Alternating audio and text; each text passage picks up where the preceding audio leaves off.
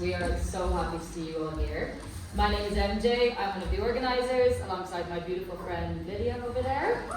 We have a fantastic programme in store for you this evening. So first up is a workshop with Leanne, who is the best polyeducator in the world. Leanne, she was also recently named one of Men's Health magazine's 60 top influencers, which I think really underscores Leanne's brilliance, but also the impact that she is having in shaping societal perceptions of alternative relationship structures, and really, it's just an enormous influence. So thank you so much for being here, Leanne. The workshop will begin right now. And Leanne is going to lead us to an interactive discussion on all things non-monogamy. There will be time for reflection and participation throughout, with a brief Q&A toward the end. At 8:30, we will ask you to make your way back into the bar, where you can mingle and connect and chat about what you all spoke about during the workshop. You will also hear some tunes from our resident DJ, Claude Nice. At 9 p.m, we'll reopen the hall, where we'll have our stalls, and you can peruse the stalls and buy their gorgeous bits. If you need anything throughout the evening, you can approach any of us wearing a yellow bandana, so we are the Joyride monitors. Equally, if you are just looking for a chat, come and approach us. Please don't take any photographs throughout the social, but you're very welcome to take them during the workshop, and just any selfies, letting people know what a great time you're having. And just finally, a massive thank you to everybody who's helped me and Lydia get this event up and running. So everybody at the yard, all our monitors, our set designer Kate, who had about 48 hours to work magic on this place. And just a little plug to say that our parties at Corsica Studios in August are very close to selling out. Now it is my great pleasure, and I'm sure yours too, to welcome Leanne to the stage.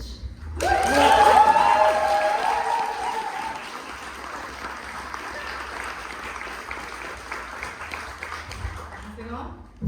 Yes, it is. Okay. I saw this from a distance, and I was like, "Is that a clementine?" Anyway. Hello. Nice to see everyone here. Thank you for introducing me. I'm Jay. I'm Leanne. I'm a polyamory educator. I have been actively non-monogamous since 2016. I was in one monogamous relationship. It was fine. And here I am. I'm going to be talking for the next 45 minutes to an hour-ish about non-monogamy. I'm going to be talking about why it's become more popular, especially in recent years. Kind of some benefits of non-monogamy, some misconceptions about it, and just kind of common questions that I get about it on my page and just in life in generally. And I'll also be answering kind of some questions, so opening up to the floor. So just to start, I just want to get an idea of the demographics of my audience. How many people in this audience currently identify as any flavor of non-monogamous? Please raise your hand. Okay, most of you. Cool. That's pretty much what I expected from Joyride. How many of you are monogamous? Okay, cool. Welcome. And of those of you who are non-monogamous, how many of you identify as polyamorous? Okay, that's a good chunk of you. That's cool. When I did a similar talk about a year ago, it was I don't know, maybe 20% of the audience. So good, now it's about half. That's really awesome. Okay, so of those of you who are actively non-monogamous, how many of you have been practicing for under a year? And when I say actively practicing, just to find out how. Okay, cool. How many 1 to 5 years? Okay, wow, cool. So what have you since the pandemic? How many? 5 to 10 years. 5 to 10 years. Okay. How many 10 plus years? Oh, well done. Let's go back to those people.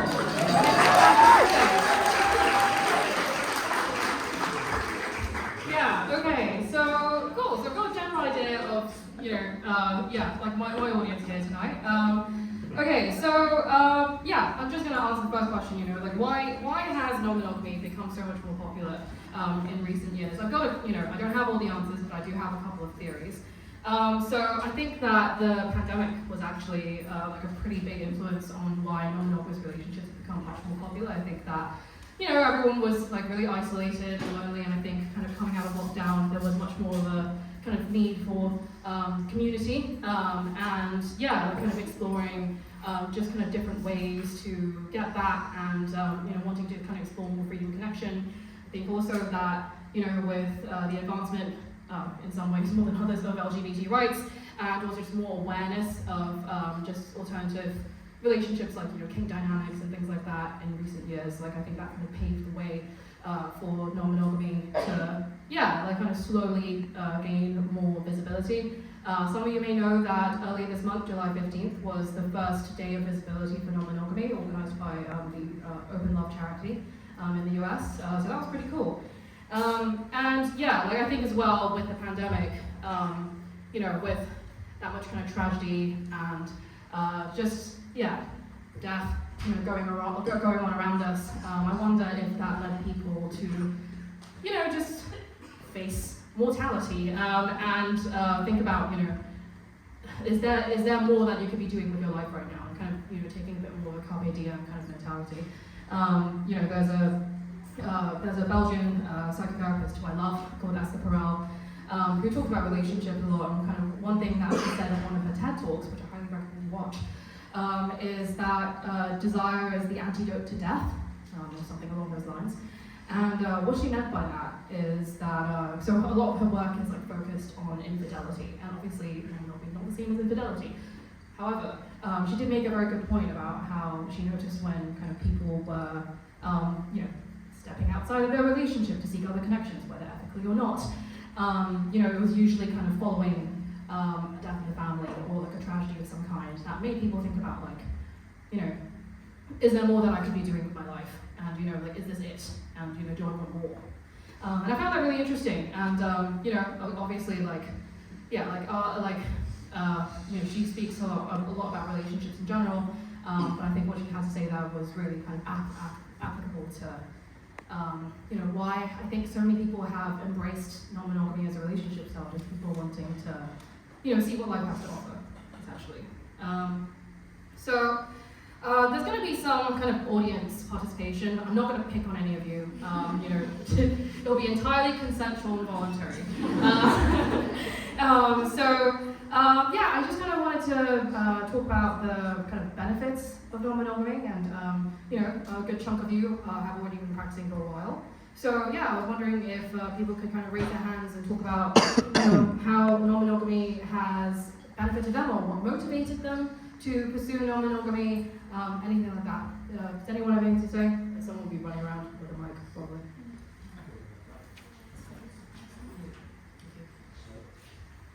Yeah, basically just what... Hello? Yeah. Yeah, so, yeah, I mean, some of the motivation for me, like, I'll just talk a little bit about my journey into non-monogamy, actually, because, yeah, just kind of open up a little bit. So my journey into non-monogamy began in 2016. So I was 17 at the time, I'm 25 now. And basically, at the time, my partner and I were finishing school, and he was going to be going off to university, and I was going to be taking a year out, you know, and I was going to be spending some time with family. And basically, we were going to be like a whole kind of continent, or two continents apart. Like, he was going to be in America, I was going to be in China. You know, kind of the question came up of like how we were going to deal, you know, as like 17 or 18-year-olds or whatever it was at the time, you know, with the long distance aspect when we wouldn't be kind of seeing each other a huge amount of time. And we were like, well, okay, we don't want to break up. We don't want to cheat on each other. We don't want to, you know, stay monogamous and then kind of potentially resent each other for, you know, not having certain needs met. We were horny teenagers. And so, yeah, that kind of non-monogamy and just opening up our relationship just became quite like a practical decision for us. And I've heard now that the long distance to polyamory pipeline is quite a common route. But yeah, I'm interested to hear from any of you if you're willing to share, like kind of what appeals to you about being non-monogamous, what attracted you to it in the first place, kind of what benefits you're getting from it now. Okay, we've got one person there. Oh, listen to Yeah. Obviously, like,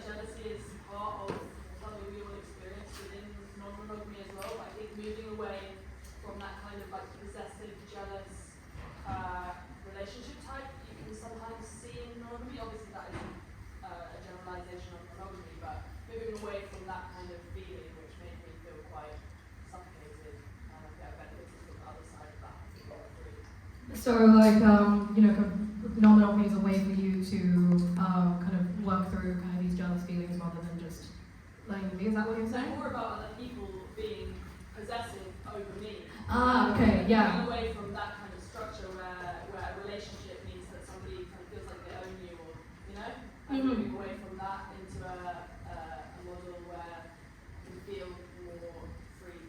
Yeah, no, that makes sense. So yeah, I think kind of freedom of connection is a really kind of big thing that draws a lot of people to non-monogamy because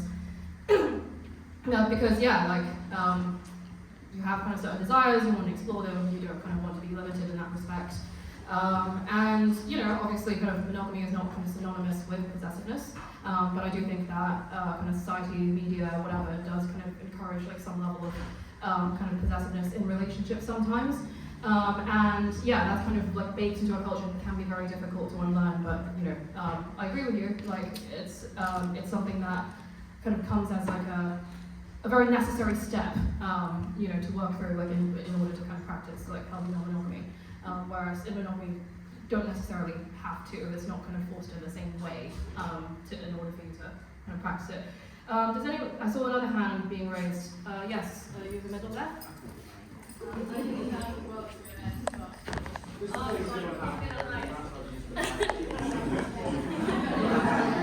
Is it working? Yeah. Yeah. I'm not going to call it ditch, but maybe.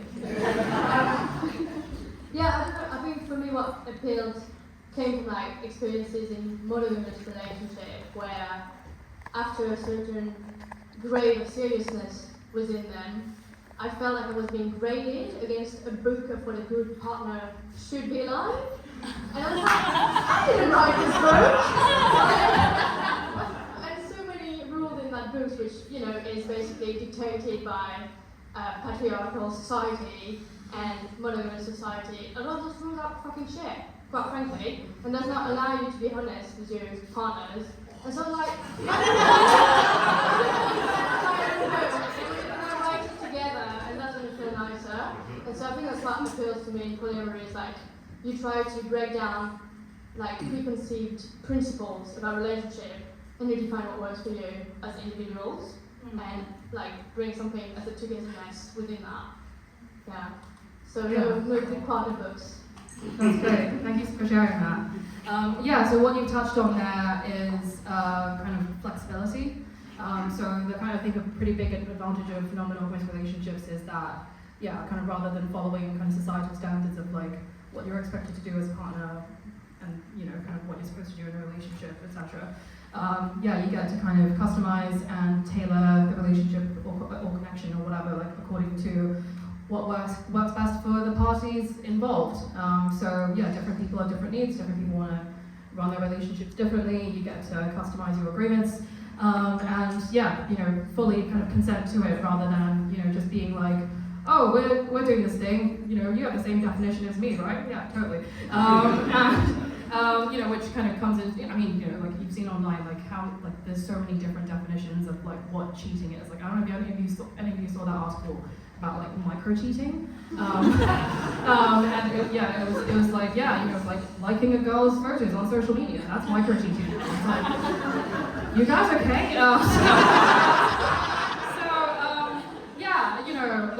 Flexibility is a really kind of a big part of it. Being able to have like fluid relationships and not necessarily having to kind of very strictly categorize your connections as like strictly platonic or strictly sexual or strictly romantic. There's actually quite a lot of room for nuance like in between those categories. Obviously a big part of non-monogamy is kind of being able to explore multiple sexual and or romantic connections. But for me actually, and I wonder how many of you can attest to this as well, like it's also really deep into my friendships, because murmurs of assent.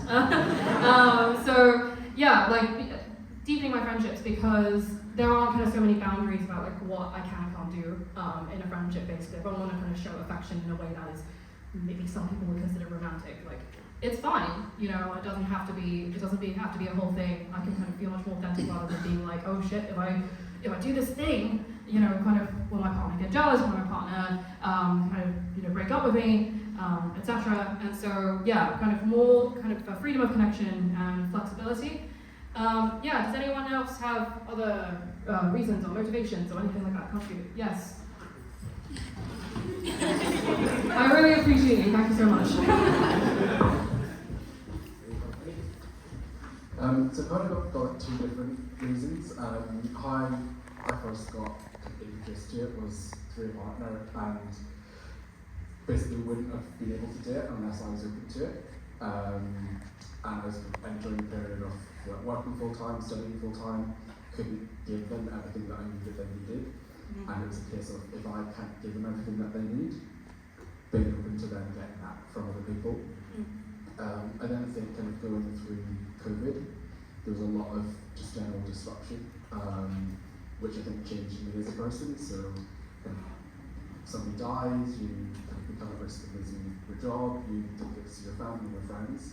I think I changed as a person, and what I needed changed as well. So then kind of coming out of COVID, I think what I needed in a partner changed.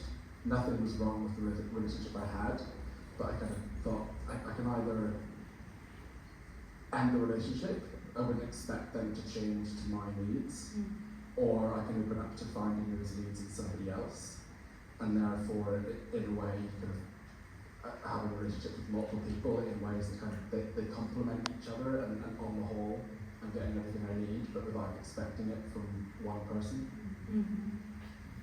Yeah, thank you for sharing that. And I think that kind of relates to kind of your point earlier around kind of, like flexibility, being able to kind of adapt your relationship according to your situation, and kind of, getting needs met elsewhere rather than resenting your partner who you've placed all your expectations on.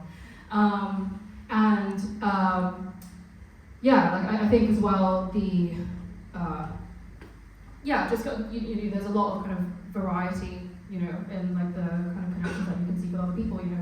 If, for example, I don't know, if you're into Taylor Swift and your partner is not into Taylor Swift, they don't have to go to every single kind of concert or like thing, like whatever, like with you. You can bring someone else, and sure, you can do that with friends, but sometimes you want to kind of enjoy that experience kind of romantically, or with a partner.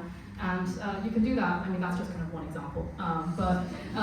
Needs, being met in different ways, and just more kind of flexibility overall. Yeah, thank you for sharing. And I think as well, something that your point touches on is kind of exploring your sense of kind of individuality. I think that in modern relationship culture, people are kind of expected to like merge into a single unit when they get into a relationship, nothing wrong with kind of wanting to have like a soulmate or like other half or kind of whatever, but it does kind of run the risk of creating kind of codependent relationships or placing kind of too many expectations on one person that they cannot fulfill, and just resenting them for a situation that you yourself created, and that can be really, really difficult. And long term, as people change over time, right? Like you said, people you're the same person in 2 years, never mind 5 years, never mind 10. The kind of flexibility inherent in non-monogamy means that you can kind of evolve with it rather than having to discard someone that you've built a history with just because they don't kind of fit in kind of one or two kind of particular ways, but everything else is good. Which is not to say that you should maintain a relationship that isn't working. I think a very common misconception about non-monogamy is that you can use it to fix a broken relationship. And I'll get into kind of more misconceptions in due course, but if you are already in a mess, adding more people to that mess makes the mess worse. It's kind of like having a baby, also makes things worse. Whether it's a baby or unicorn, look it up. Having said that, non-monogamy does kind of work in kind of some scenarios if like your relationship is otherwise good, you just kind of want to take the pressure off. Like you said, in your situation, you want to take the pressure off your partner, or take the pressure off yourself for like, one or two things, but the relationship is otherwise, very healthy and sustainable, and you just kind of want to, adapt and renegotiate and restructure things to make it work. So, so that's kind of, with those three stories, that's kind of covered some really kind of just main draws that people have towards non-monogamy, and others, simply feel that it's what works most naturally for them. I think I also kind of want to speak to this as a bisexual person. So I actually posted about this on my social media quite recently. So obviously, bisexual monogamous people exist. Not all bisexual people are non-monogamous. However, some of you may have noticed that bi or pansexual people, or just kind of people experience multi-gender attraction, are vastly overrepresented in the non-monogamous community. And I think a reason for that is because in monogamy, once you get into a relationship, it's almost like your sexuality, outside of the relationship, isn't relevant, because you're with the person that there was like a oh my gosh. I'm loving the reactions tonight. And obviously there's like a lot of kind of invalidation of bisexual people, particularly kind of when they get into monogamous relationships of like, oh, well, you're straight now, or you're gay now, or you've kind of left the queer life behind if you kind of went from dating someone with the same sex to someone of a different gender. And I feel like at least for me, as a bisexual person, non-monogamy has really allowed me to kind of really reclaim my sexuality as my own, rather than having it be defined by a partner. Which is not to say that you can't do that in a monogamous relationship, but that's kind of how those two identities kind of intersect for me.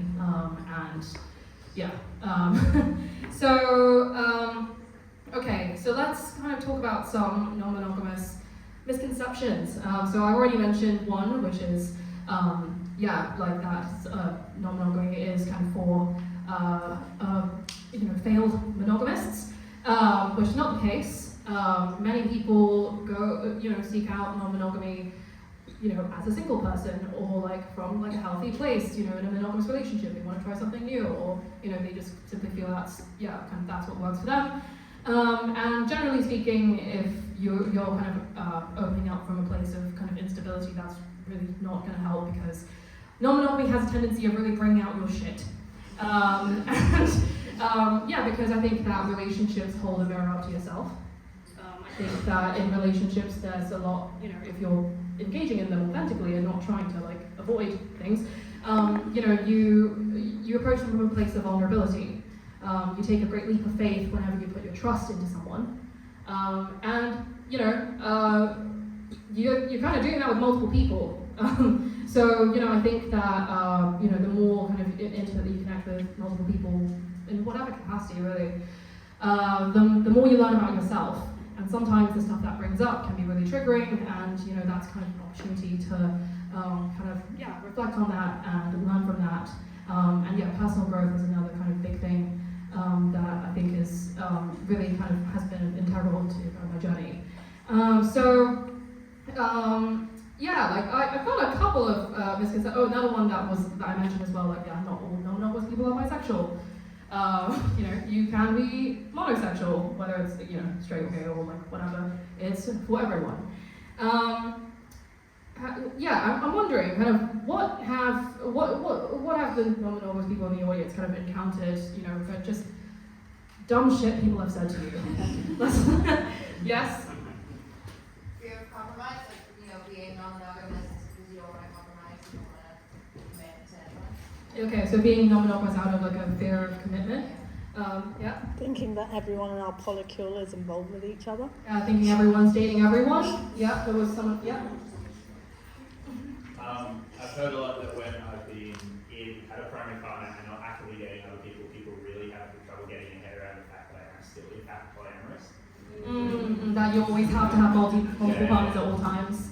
Okay. Yeah, if you're polyamorous, you are less likely to get emotionally invested in your dynamics, or that it's somehow less emotionally valuable. Yeah. So that there's less kind of value to the connection, that it's casual, that's same thing being single. Or as my mother used to tell me, you have not experienced true love. Yeah. we're fine now. Mostly. You got that? Yeah, it's used to be promiscuous. Not that there's anything wrong with it, but yeah. You can't have a family and be polyamorous. Yeah, you can't have a family that you can't kind of settle down and be polyamorous. Yep. Sorry? Let you date them? Yeah. That's a good one. Yeah. People just telling you, like, explaining to you why they couldn't do it. Yeah, okay, people just kind of inviting us opportunity, like, oh, yeah, no. Because, like, I would, like, if I were in your position, like, I would kill my partner and kill myself. Yeah, I've heard that so much. Anyone else? Oh, yeah. If you date a lesbian, they'll sleep around a lot and you won't be able to date them and they'll ruin the relationship. Whoa. Wow. That's got layers now. or words to that effect based on their previous experience, yeah. Jeez, yeah, I'm sorry. Yeah, people also have the opposite of that. Okay, yeah, so that's, yeah, covered. Oh, yeah, so one more. It just means you're searching, you haven't found the one yet. Yeah, that it's a phase and you'll come to your senses at some point. Okay, yeah, so that covers a lot. Oh, okay, well, God, so many.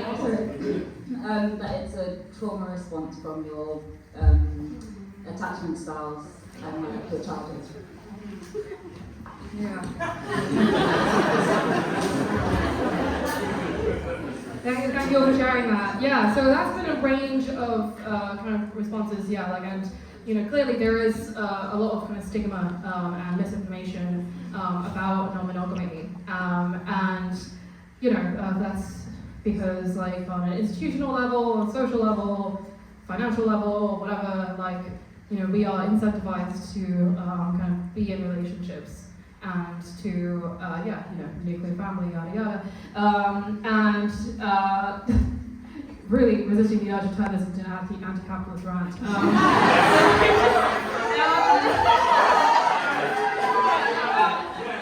Moving on. But yeah, like other ones that I've heard are, like that kind of one person coerced the other. There was a viral tweet on Twitter that had like 20,000 retweets that was like, oh, you're in an open relationship. Who came up with the idea and who cries themselves to sleep at night? There's plenty of people online have told me that I'm going to die of AIDS. So there's kind of levels of kind of like homophobia and kind of that in there as well. Another one is like that we hate monogamous people and we're trying to convert them. Not the case, despite kind of my dates have I promise like I don't actually hate monogamy, but I do hate the kind of institution of monogamy that has been societally enforced upon all of us. So I think. So I want to actually kind of speak to like the STIs point because also an opportunity to educate about like sexual safety and things like that, because that's a question that people get a lot. Because people are always like, oh, but you're going to be kind of riddled with STIs and things like that, as if like modern inventions like condoms and testing don't exist. There was actually a study conducted in 2015. You can look this up. By a wonderful individual called Dr. Justin Lehmiller, who actually runs the Sex and Psychology podcast, which I highly recommend. I was recently a guest on there actually, and he published a study in 2015 showing kind of basically to prove whether there was a difference between like STI infection rate between like monogamous and non-monogamous people, and found that there was no correlation for two reasons. Firstly, non-monogamous people tend to be, just because of the nature of like the culture being that you have to engage in kind of like honest, open communication with your partners, and it's kind of openly disclosed that you have multiple partners. There's more conversations about like testing and use of barriers and things like that, and kind of risk levels and stuff.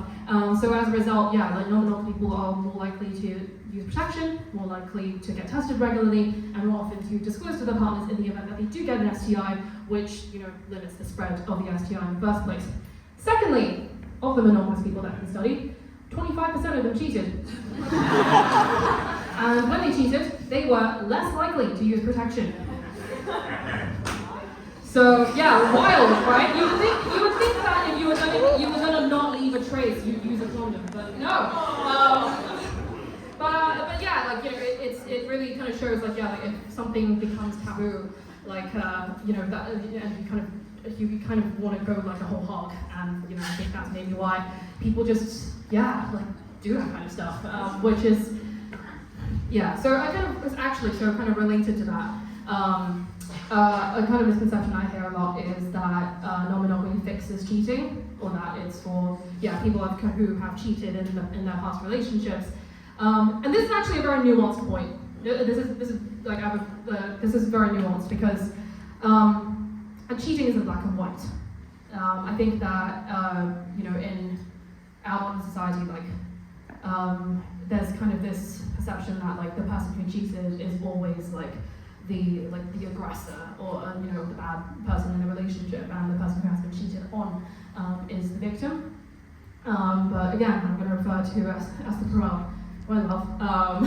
She wrote a book about this called The State of Affairs, which is a clever punny title. And she also did a TED talk where basically what she said was, the victim of infidelity is not necessarily the victim of the relationship. And kind of, obviously, breaking agreements is bad, but often there's a lot of nuance to kind of why people cheat and why, they kind of break agreements in their relationship. Some people, they just do it because they like the thrill of the secrecy and they want to hurt their partners, and they want to kind of exert this double standard where they get to kind of have their, just do whatever they want while their partner stays monogamous. And that's not great. And if they progress to non-monogamy, they're probably just going to be doing the same shitty things. And they need therapy, not a relationship. However, there are other kind of situations where there's unmet needs. There's kind of breakdown of communication in the relationship. Someone being the victim of abuse, looking for an escape. There's so many situations where kind of cheating can arise, and it's not kind of so black and white. It's like, oh, you cheated, so therefore, you're the bad person here. And it's very grey. So my kind of take on it is that if you kind of have cheated in a past relationship, doesn't necessarily mean that you'll just do for relationships generally, that you can't do non-monogamy, or that you're a horrible person. I think it really depends on kind of why you did it, and kind of what being non-monogamous would, how that would kind of serve that, basically. Non-monogamy is, it can kind of fix some issues or unmet needs, which does kind of in some situations lead to cheating in monogamous relationships. And other times it's just a pattern of attachment, and you need to kind of do some personal work on that, regardless of whatever relationship style you're practicing. What else? Okay, so we've kind of spoken about jealousy. You kind of brought up a point about jealousy earlier. So I think that's probably the most common question that I get. How do you deal with jealousy when you're in a non-monogamous relationship? And it's really interesting because what that kind of questioning tells me is, if you're basically my hot take is that a lot of monogamous people are not necessarily monogamous because they don't want to have multiple partners, but because they don't want their partners to have other partners.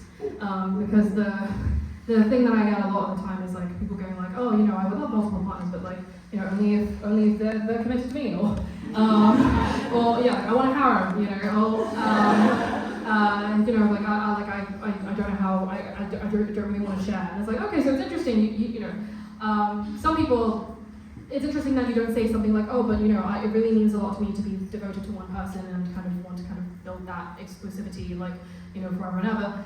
which is great, but yeah, I very rarely hear that as a kind of reason for why someone doesn't want to do non-monogamy. Just an interesting observation. But yeah, like I think that kind of shows why there's such kind of focus on jealousy. So again, jealousy is a very nuanced concept and can be caused by a number of things. Actually, I'm going to open up to the floor. Like, if anyone's kind of felt like jealous or insecure or like whatever in the past, like if you're happy to share, I appreciate this is a vulnerable question. Kind of what was the did you find out like what the reasoning behind that was? What was the situation that was going on at the time, and how did you kind of work through it? Anyone? Oh yeah, one person there. Yeah, I appreciate it. Question for you. So I'm not generally jealous, but actually one of the worst times is when we just started dating other people. And I saw my partner with this other girl and they kissed. And I just remember feeling like this cold, horrible feeling in my chest. And I was speaking to her partner and I couldn't listen to anything. I was almost panicking. And I thought, okay, what was that? What was the thought, And it was, I realized that the thought was, if he's doing that, it's because he doesn't really love me. And I thought, that's an old thought, and I no longer believe that. And I had to leave the thought right away, and I just kissed her partner, and it went over it. Yeah, like I think if you interrogate kind of where your jealousy is coming from, you can get to a core belief. And yeah, these kind of core beliefs are instilled in you from kind of your upbringing, your childhood, like whatever it is. And yeah, like sometimes you get to it and you're like, that doesn't make sense. Or rather not, this doesn't make sense, or like this no longer serves me in kind of what I'm trying to do now.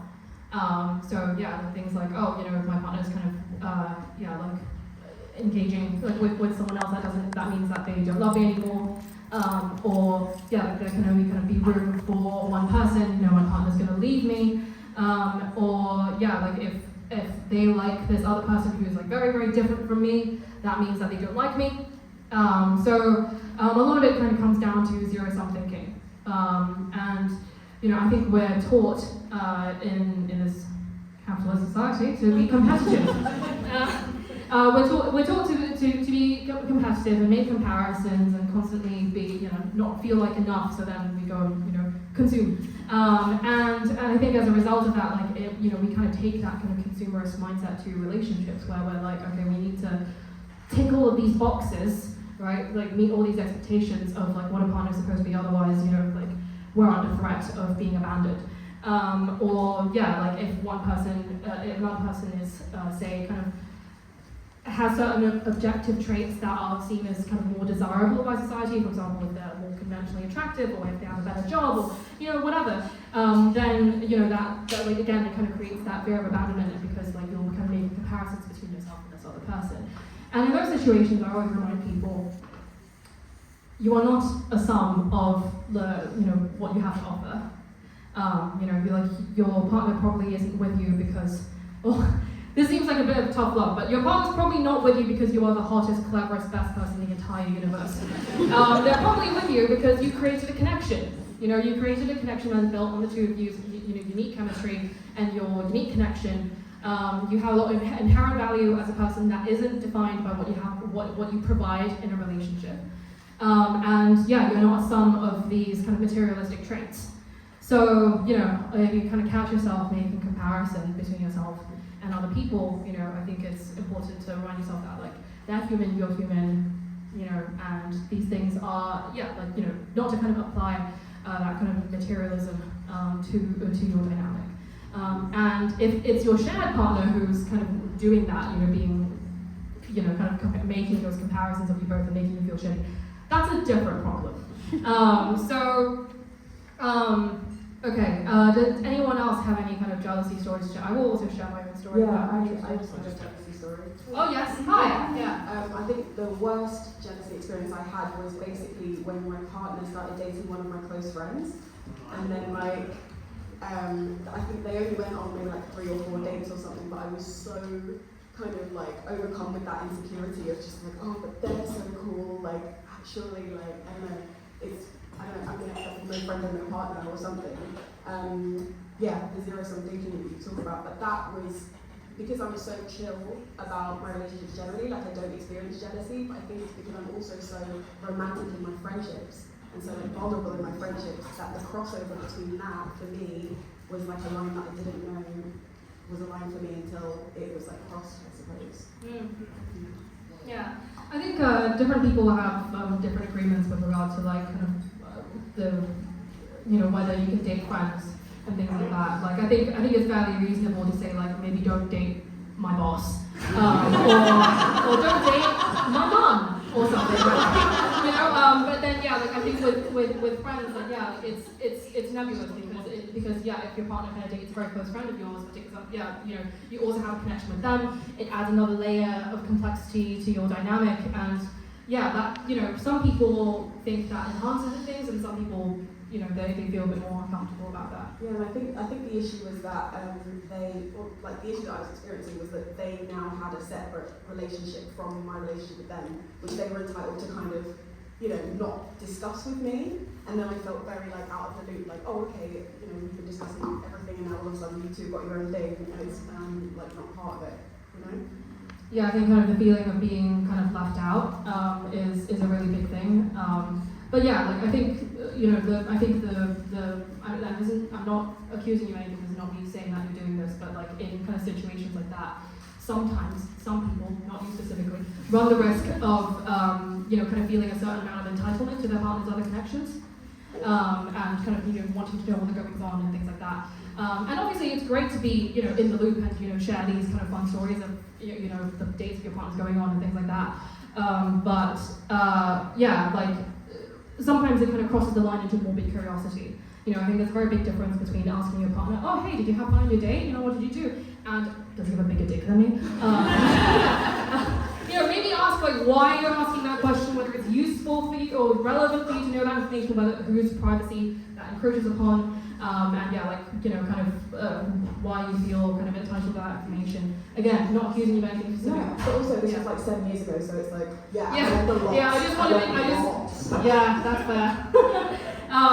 But yeah, like just kind of using that as a learning point about just kind of common pitfalls that I've seen with people. But I think with the kind of point as well about you know, your partner dating a friend, it can be, you know, it can alter your relationship with that friend because you lose that kind of support system, because you can't really kind of talk to them about your partner in the same way they're also dating that same person. Well, unless you want to just bitch about them together, I guess. But like, but yeah, like, which also just complicates matters. But yeah, I mean, it's overall, yeah, this kind of stuff involves like a lot of communication. I think, yeah, like just because like you've kind of built like a friendship with this person, it doesn't kind of mean that it's, you know, of less value or kind of depth, you know, than a romantic connection. So it's almost like, you know, even kind of before this, you were all kind of like in a bleak situation, except, yeah, like they were like a friend rather than a romantic partner, you know. So yeah, these kind of, like I said, you know, fluidity in your connections.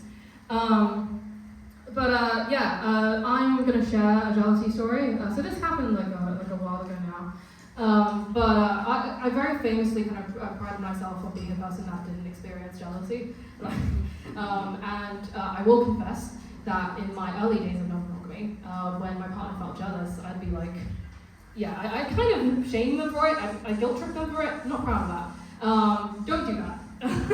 You know, and you know, because like the more you shame someone or shame yourself for feeling jealousy, the less time you spend on actually kind of dealing with like why it kind of came up in the first place, right? You're not really kind of communicating about why it happened and how it happened. And you end up in this cycle where you're feeling bad about feeling bad about feeling bad, and that doesn't really kind of get you anywhere. So yeah, I mean, since then, you know, I've learned to kind of be much more kind of compassionate and empathetic towards the people that I'm dating if they have a bit of a wobble, and yeah, try to get to the bottom of kind of what's going on. But yeah, like basically kind of my situation was, yeah, like I used to kind of pride myself as someone who didn't experience jealousy. And I was dating someone who, you know, told me like towards the start of the relationship that like he was not really a fan of having his photo taken. Now, I'm someone who loves having my photos. I mean, I'm a social media influencer, like of course, like, you know, so like I love taking photos for posterity. I love looking back at old photos, etc. You know, like making memories, things like that. But yeah, there's something that my partner told me towards the start. Like he was just like, yeah, I get really kind of uncomfortable and self-conscious. So it's not really a thing. So I was like, okay, so we didn't take that many photos like for like the kind of first year I was dating. So about a year in, he started dating someone else, and basically this was like a situation where she was only going to be in the country for about like 6 months. So and after that she was going to be like gone like forever. So like it was going to be like she was going to America, not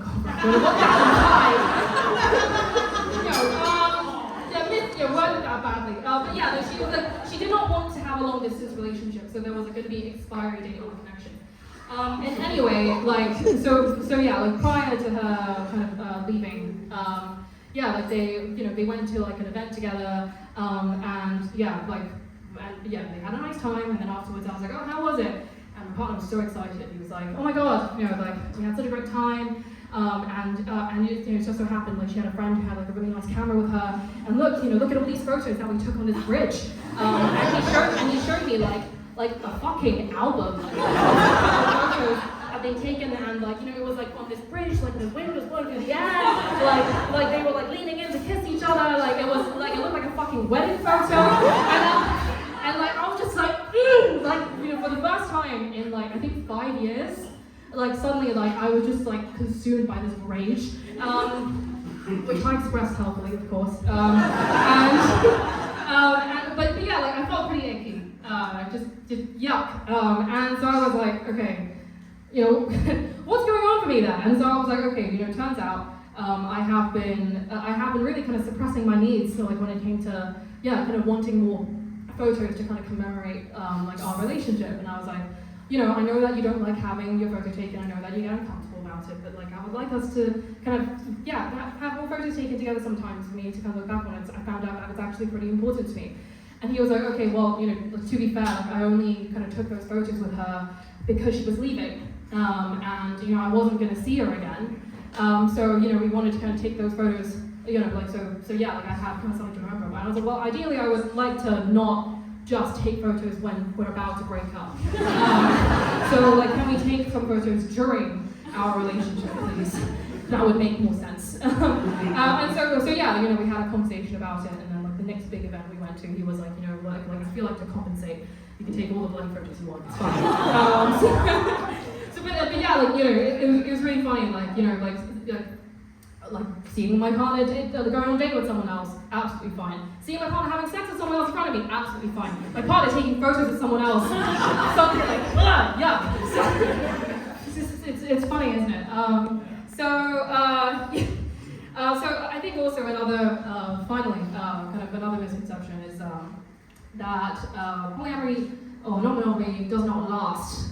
And I think it brings a couple of interesting things, because most relationships statistically don't last beyond 2 years, like monogamous or polyamorous. But yeah, people are always kind of trying to move the goalposts when they comment on my shit online, and they're like, oh, you're happy now, we'll see how you are in 5 years. And I'm like, we'll see you in 5 years.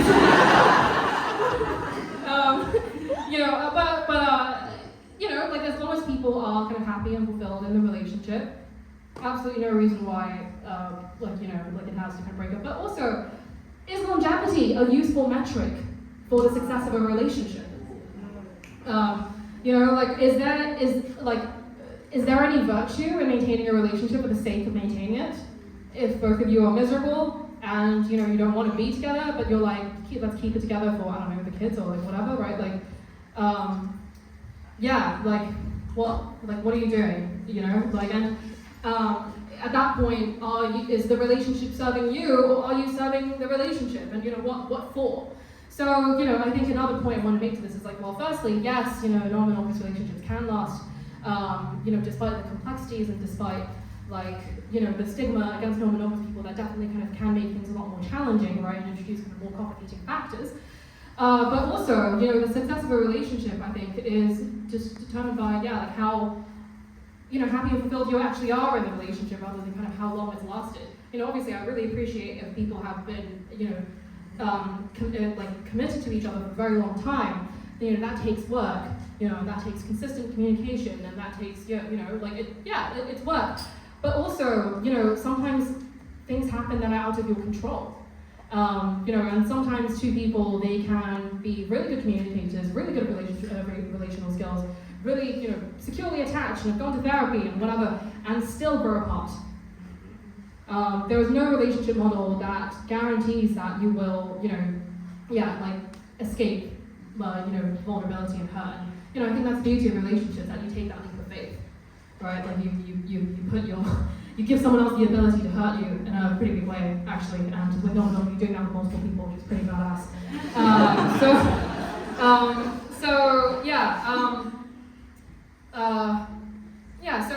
Okay. Address a couple of misconceptions. Also, kind of just going to bring up how to bring up kind of non-monogamy to your partner, or to a new partner that you're seeing if you're someone who is single, which is something that I get a lot as well.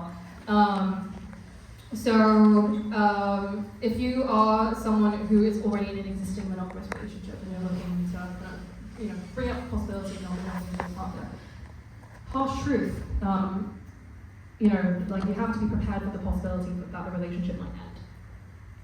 And I don't say that lightly, because at the end of the day, we live in a mononormative society. A lot of people aren't down for non-monogamy. A lot of people are just afraid of the prospect. And even if you bring it up and then they say no, and you're like, okay, I'm fine with that, bringing it up sometimes can lead to the demise of the relationship itself, because it breaks the illusion that you were never kind of attracted to other people, or whatever. Sometimes that can, in some cases, really kind of damage the relationship in itself. But if you think that this is something that you really want to do, there's something that you're curious about, and it's something that you don't want to end up kind of resenting your partner for, right? You don't want to kind of look back on your life and be like, I could have done that differently. Then take the risk and talk to your partner about it. One thing I would recommend is kind of not approaching it as this is something I want to do now, and fuck your feelings. But kind of approach it more as a collaborative conversation if they are open to having it, assuming that. Maybe kind of bring it up more theoretically, there's a fair amount of non-monogamy in the media now, of kind of dubious representation, but it does exist. And kind of bringing it up in the sense of kind of what do you think of that, and kind of gauging, what that's like, rather than being this is something I want to do. And I think as well, if you're kind of approaching the conversation, thinking about how your partner might react, and what kind of concerns might come up, and trying your best to address those at the outset. So, if you think that your partner might respond by saying oh, does this mean that you don't love me anymore? Oh, is this because of that thing I did? Whatever. Then kind of affirming to them, validating them, reassuring them that, kind of what your kind of motivations are, and that you want to do this together, and it's not kind of, showing that you love them less or anything like that. And beyond that is just kind of seeing whether you have the same kind of motivations and desires. People are drawn towards non-monogamy for a wide variety of reasons. Some people don't find that motivation right away, but it's important to find it at some point. Because if you're only doing it because your partner wants it, and you're scared of them leaving you, then, I'm not saying it can't work, but it might be a difficult road ahead. I think it's really important for everyone to have a personal motivation to be non-monogamous, rather than just doing it to keep a relationship. Referring to what I said earlier, is the relationship serving you, or are you serving the relationship? I think also, just because you were compatible in a monogamous relationship doesn't necessarily mean you were compatible in a non-monogamous relationship, because there's a lot of things that you'll have to change. The foundation of your dynamic has to be completely deconstructed and reconstructed, and sometimes you come out the other end wanting different things, and that's fine. You learn and grow as people, and shit happens. But I think it's just being prepared for that possibility. If you are a single person approaching non-monogamy and you're dating, non-monogamously, and you're kind of approaching potential partners to, forge kind of a romantic connection, I think it's really important to disclose that up front. I think that with dating, I think there can be the temptation to cast a wide net. And to just be like, just whoever likes me, I'll take them. And that doesn't really kind of help you find the people who will embrace you for kind of your authentic self. And also if you don't tell someone that you're non-monogamous until like you're actually on a date with them, or even like 3 dates in, I've seen some people do, like that can really piss them off. Because the vast majority of people are monogamous at the end of the day. And even if you're kind of pursuing kind of something like casual, like so to speak, like a lot of people these days use kind of like a casual relationship to escalate towards a romantic relationship, monogamous one that is. And if you're kind of not kind of what they're looking for romantically, they might not want to date you, and that's fine. You have to be prepared for your dating pool kind of shrinking like quite a significant amount. But it also means that you can kind of find your people and like just show up like authentically like in your relationships, and not so much kind of defined by like how just universally desirable you are. I think that can kind of lead you down quite a dangerous path just generally, in the dating world. I think another just a final thing, and then I'll open up to the Q&A. Another big thing is how to deal with like logistical enmeshments. So I think you pointed out, there's a misconception that if you're non-monogamous, you can't start a family. You can't do all the kind of commitment markers in a relationship, like cohabitation, co-parenting, marriage.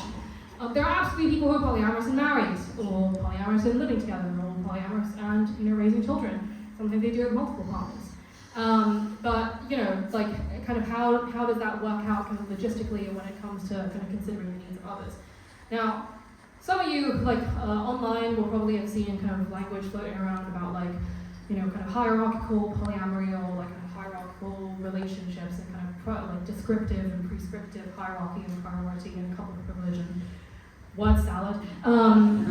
What I'm actually kind of interested in knowing, when I meet a person, is what existing commitments do they have, right? I don't just mean to other partners, I mean also like job, family, pets, children, whatever. How does that kind of impact, our kind of connection in terms of like the potential for it to grow? Like, is there kind of a ceiling for that? Like, for example, if they're married, then obviously, like, unless they get divorced, they can't marry me. Very kind of practical things like that. Kind of what limitations do their existing commitments kind of present, for like, our connection? What, if any, limitations have they and their partner kind of set, on their other connections? This I don't so much agree with, but everyone can do whatever they want.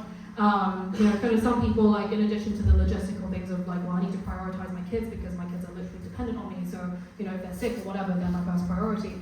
And some people will set rules like, oh, if my partner's uncomfortable, she gets to force me to break up with you. And that's called veto power. You can look it up. So I want to kind of find out about those expectations and limitations up front.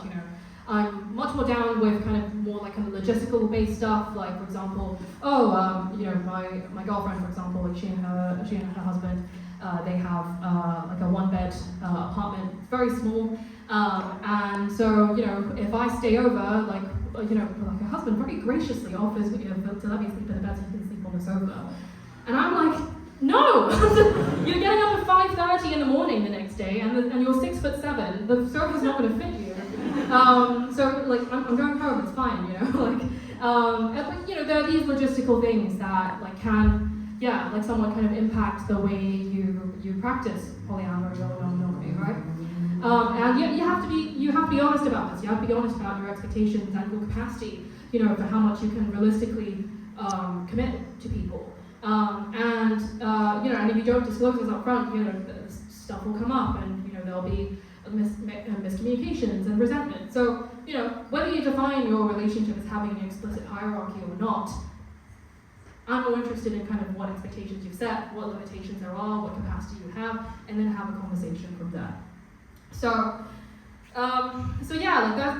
That's just generally kind of my an overview of non-monogamy, kind of my just some kind of tips and things on dealing with jealousy and just the realities of practicing. And beyond that, you can follow me on social media.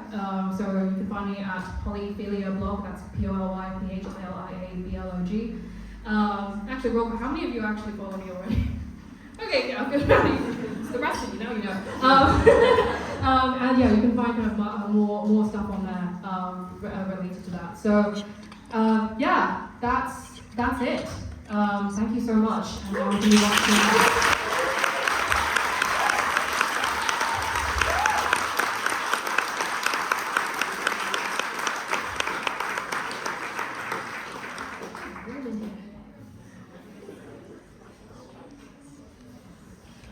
okay. So, MJ, how much time do we have left? 10 minutes. We have 10 minutes for Q&A. Does anyone have any questions related to non-monogamy that I did not mention in this talk, or anything, as a follow-up to what I've already said? Yeah. What advice do you give to someone who is in who considers themselves non-monogamous, who is in a relationship with someone who considers themselves monogamous, and how, I guess, have you had any experiences with it, or any, guidance in terms of when do you know how to when to honour what you might want as a non-monogamous person, but also respecting boundaries of your monogamous partner at times?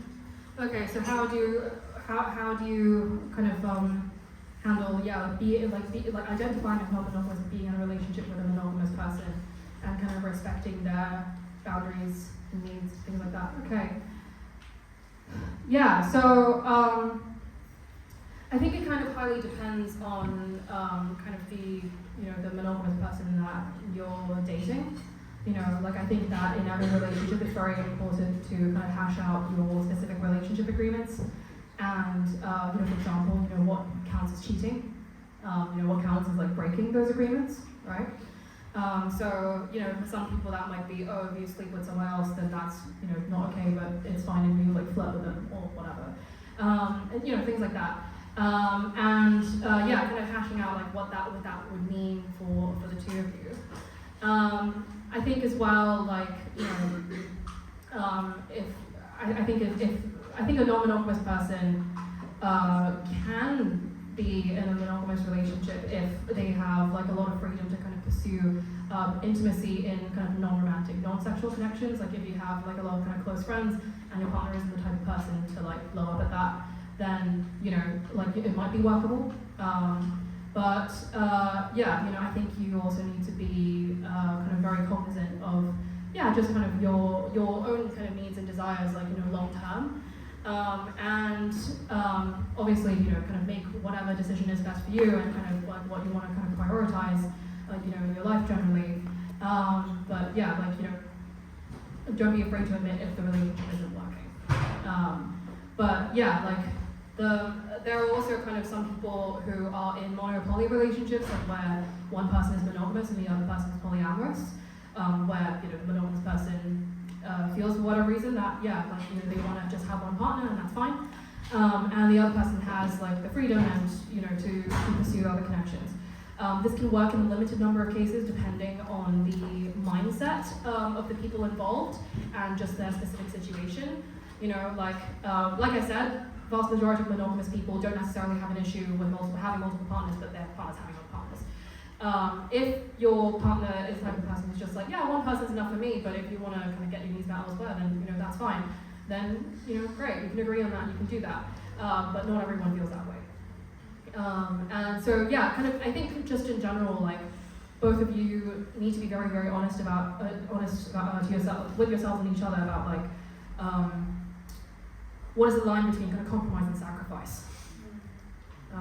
For that. You at the front.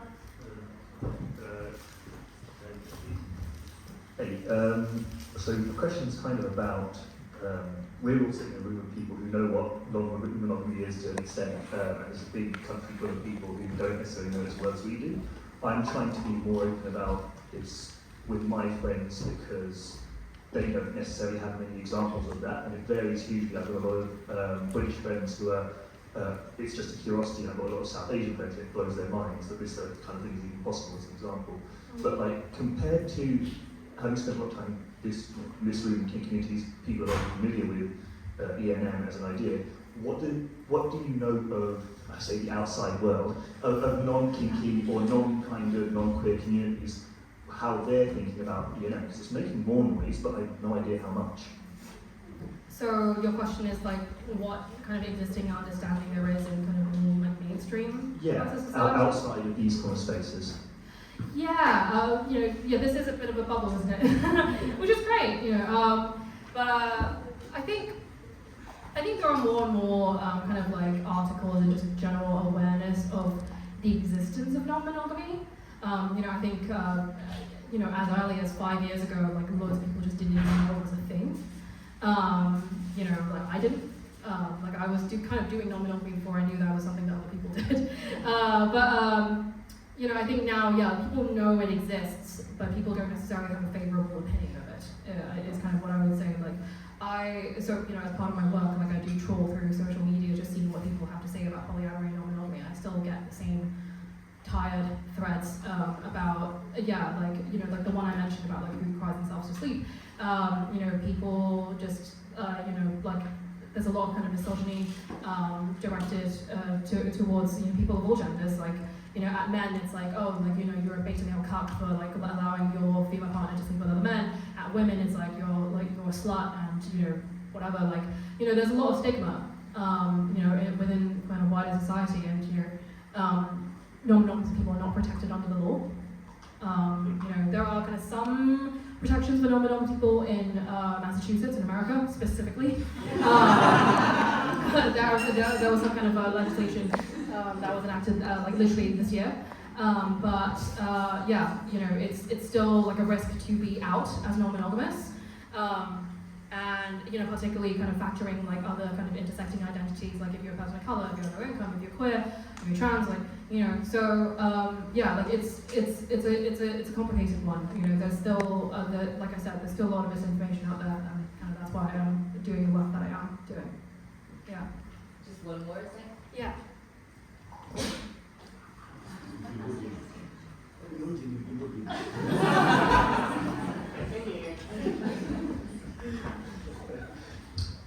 You touched briefly about entering a relationship with somebody who already has pre-existing logistics, as you said, like kids or whatever.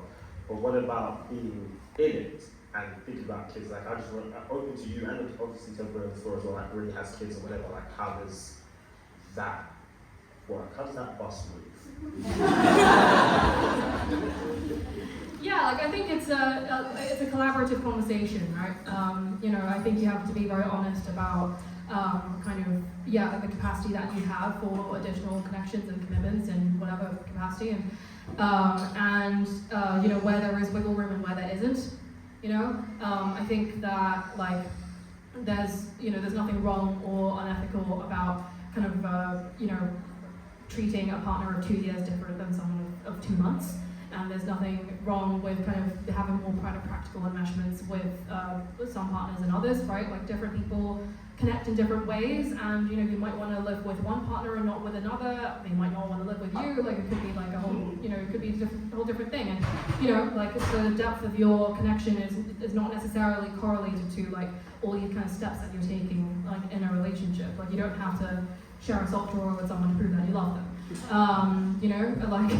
I currently live alone. I have kind of multiple partners I think kind of different capacities, and I don't plan on getting married. I don't plan on having children.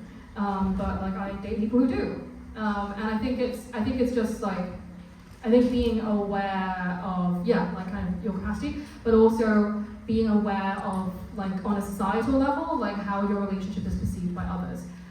Because even if you are kind of like out as non-monogamous and you bring your other partners to meet your family and as plus ones to events and like whatever things like that, it doesn't kind of change the fact that like a lot of people will see kind of your existing partner or whoever you were kind of dating the longest like as like the real partner, and that has the potential to kind of cause a lot of emotional strife and kind of harm to your other connections if you don't, like address them up front with them. And sometimes the reality of it just sucks.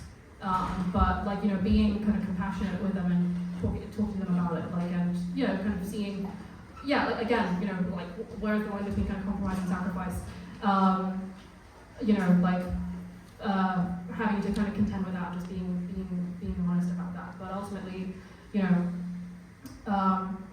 you just have to be kind of honest about kind of leveling kind of with your expectations, and beyond that, people will agree to what they agree to, but they can't agree to it if they're not on board with it. Well, that was sort of ish. Ish. Thank you. Okay. So do you have time for one more, MJ? I want to add to the parenting. Yeah, of course. Yeah, Go ahead. Yeah.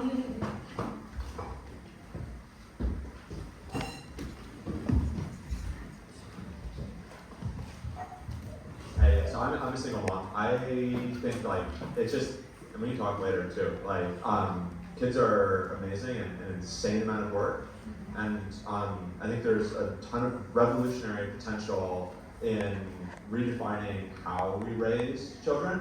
And I think that 2 adults is maybe okay with like 1 kid. More than 1 kid, it's a destroyer. Like, it's just they require so much work, and unless you want to like hand over your children to the state to raise them with school and after school activities, like it's just brutal. So I think like thinking about co-parenting, and not necessarily co-parenting with people who you maybe don't have a sexual or romantic relationship with, that this is really like, I hope is the future of parenting, is finding like 3 or 4 adults who are going to make a commitment towards a child or a set of children to raise them together, and just give everyone a chance to live their lives and be themselves, because otherwise the children just swallow you whole. Yeah, absolutely. I think it takes a village. It really does. I don't currently have any experience with parenting, but there are kind of polyamorous parents online who actively talk about their experience. And I would recommend kind of checking those people out if you kind of want to find out more information about the logistics of like polyamory and how it intersects with parenthood. There is a book literally called Polyamory and Parenthood. So you can kind of check that out with kind of relation to kind of kids specifically. But yeah, like the nuclear family is increasingly becoming less and less sustainable. And community building kind of going forward is the goal. I mean, I don't want to have any biological children, but like my girlfriend and her husband, when they have kids in a couple of years, like I will absolutely pitch in for that. Yeah. So I think that's all the time we have for today. Yes, that's everything. Yeah. Thank you so much.